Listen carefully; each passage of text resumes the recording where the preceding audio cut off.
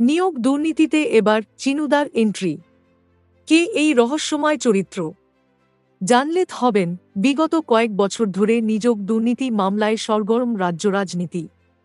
এই মামলায় এখনও জেলবন্দি রাজ্যের প্রাক্তন শিক্ষামন্ত্রী পার্থ চট্টোপাধ্যায় সহ বেশ কয়েকজন। তবে ইদানিং সকলের আলোচনার কেন্দ্রবিন্দু হয়ে উঠেছেন কালীঘাটের কাকু ওরফে সুজয়কৃষ্ণ ভদ্র। কেন্দ্রীয় তদন্তকারী সংস্থা সিবিআইয়ের দেওয়া চার্জশিট শোরগোল ফেলে ইতিমধ্যেই। সম্প্রতি ওই চার্জশিটে উঠে এসেছে এক রহস্যময় চরিত্র, চিনুদা। কিন্তু প্রশ্ন হল, কে এই চিনুদা?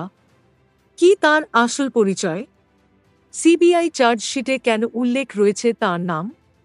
এই মুহূর্তে তাঁকে ঘিরে মাথাচাড়া দিতে শুরু করেছে এমনই একাধিক প্রশ্ন। সিবিআই সূত্রে খবর, নিয়োগ মামলার এই রহস্যময় নতুন চরিত্র চিনুদা ওরফে অরুণ হাজরা আসলে কালীঘাটের কাকুর ঘনিষ্ঠ একজন ব্যক্তি। তিনি কলেজ স্কোয়ার এলাকার অত্যন্ত প্রভাবশালী একজন নেতা।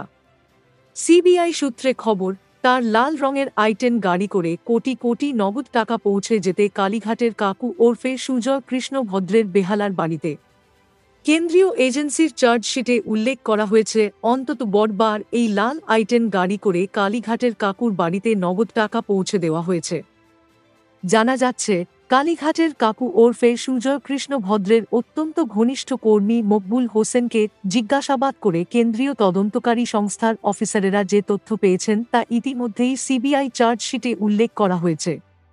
যা থেকে জানা যাচ্ছে, মকবুল হোসেনের কাছ থেকে অত্যন্ত গুরুত্বপূর্ণ 3টি নোটবুক উদ্ধার করা হয়েছিল।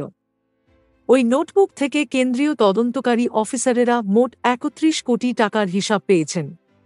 নোটবুক ঘেঁটে দেখা যাচ্ছে, দফায় দফায় কখনো 12 কোটি তো কখনো 24 কোটি এমনই মোটা অঙ্কের টাকা বিভিন্ন সময়ে এসে পৌঁছেছিল কালীঘাটের কাকু ওরফে সুজয় কৃষ্ণ ভদ্রের কাছে।